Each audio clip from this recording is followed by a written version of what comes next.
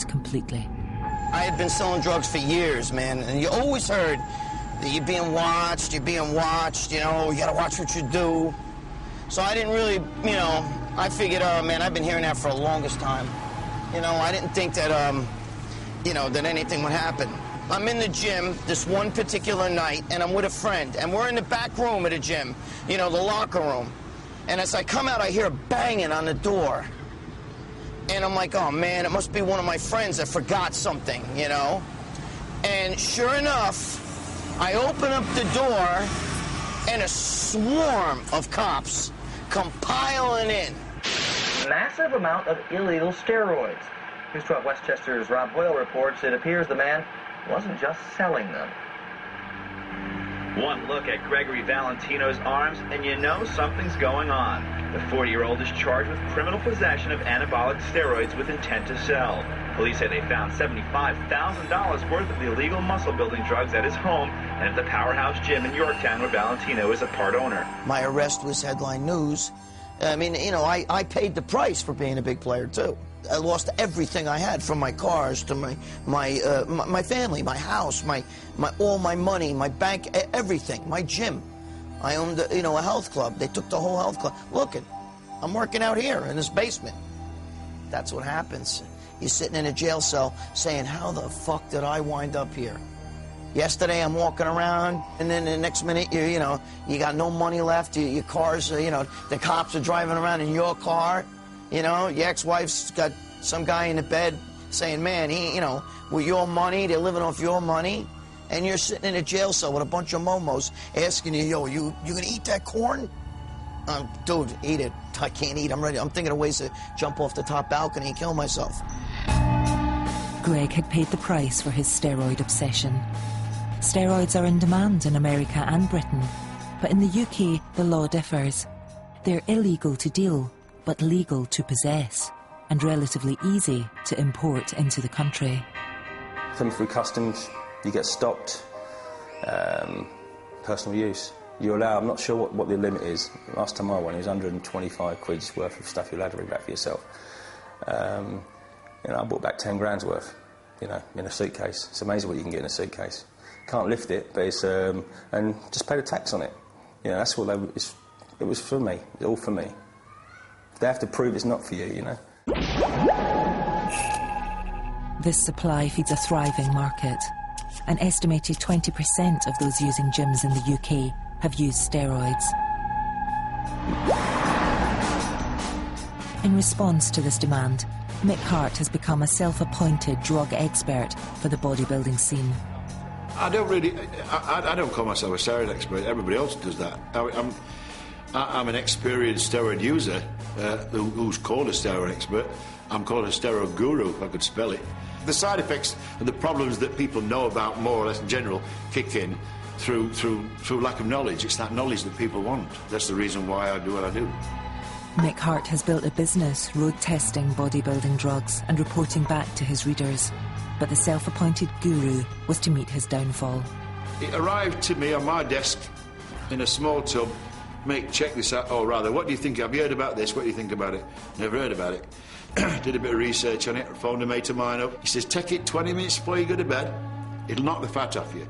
So I'm thinking, well, I was a chief correspondent, so I've got to write about this. I've got to type about this. The dosage was a tiny, tiny little bit on the end of a teaspoon. And I tried this. Boom. I felt such a buzz. The fat dropped off me. Absolutely dropped off me. Wow, this is good. So I went from a tiny, tiny little bit on a teaspoon. That would be a tub. I was eating 2 tubs a day. 2 tubs a day.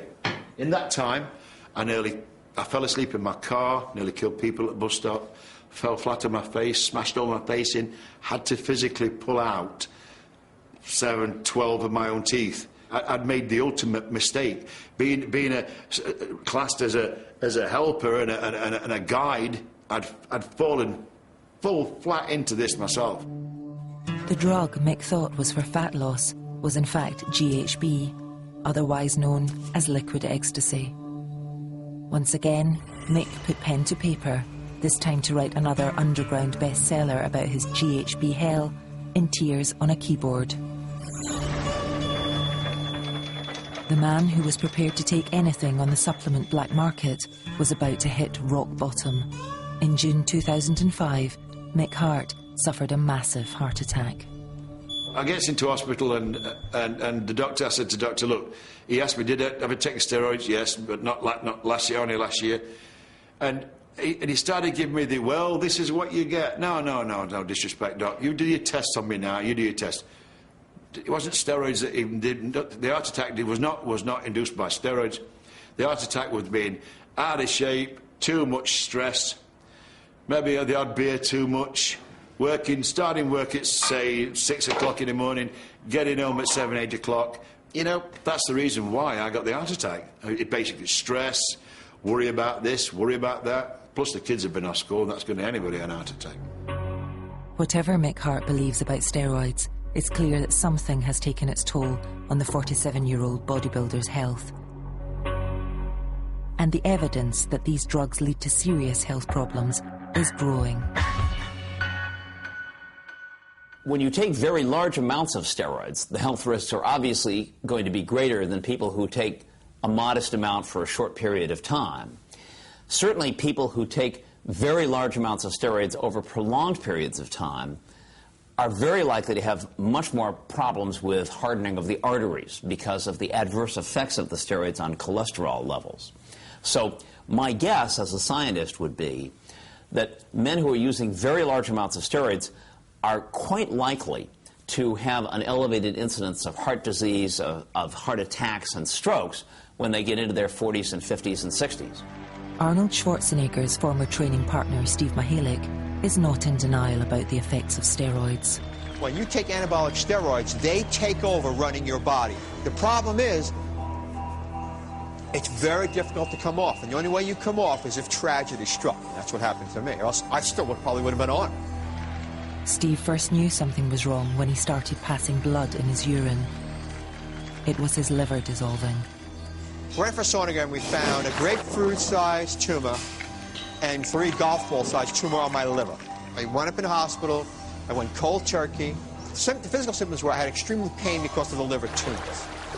Every joint in my body was hurting beyond imagination. My body shrunk down from 220 pounds to about 146 pounds. I almost lost my mind. I wound up in a mental institution. A mental institution. It was a horror story. And then came the finale. You plant one little tiny seed of anabolic steroid in your body, even one cycle of steroids, one.